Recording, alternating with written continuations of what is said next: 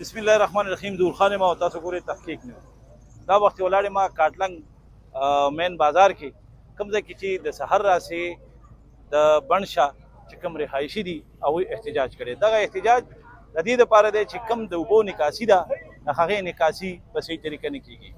که باران شي یا داسې نورې اوبه هغې د وجې د دوی آبادۍ ته نقصان ورسېده.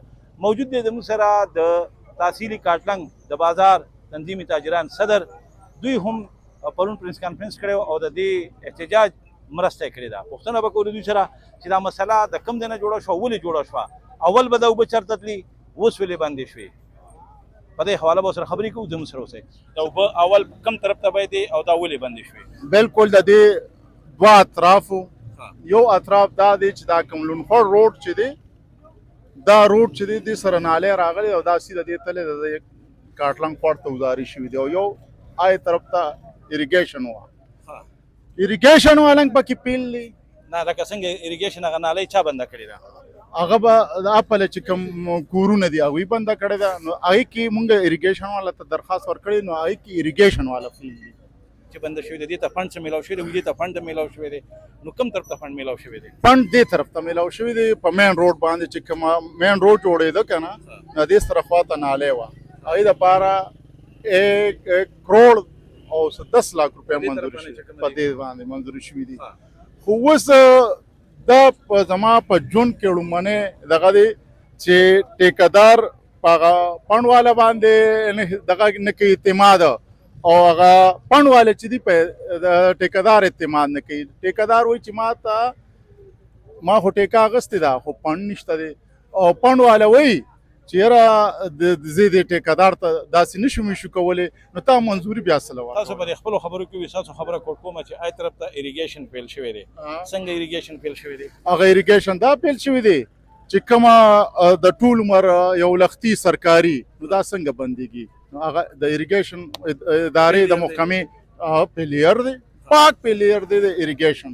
اوس دې خلکو یا ستاسو څه ډیمانډ ده چې د اوبه آی طرف ته لاړې شي او که دا دې طرف ته راشي؟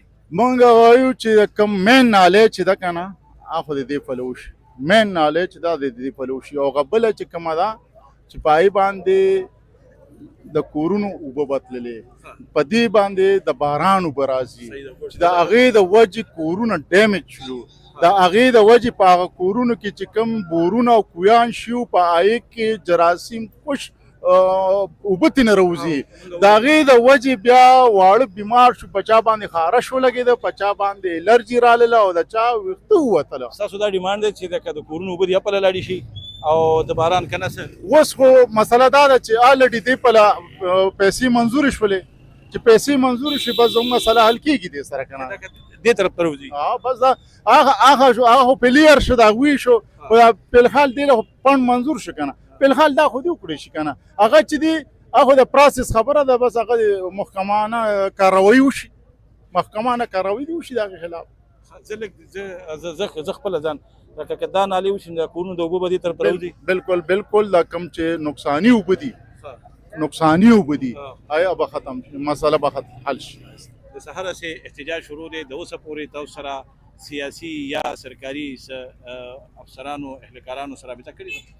تاسو دا اینه تقریبا 6 غنټو نه اباو ټایم وشلو او تر اوسه پورې نه انتظامیه نه زمونږ منتخب نمایندګانو چانګ رابطه نه ده کړې.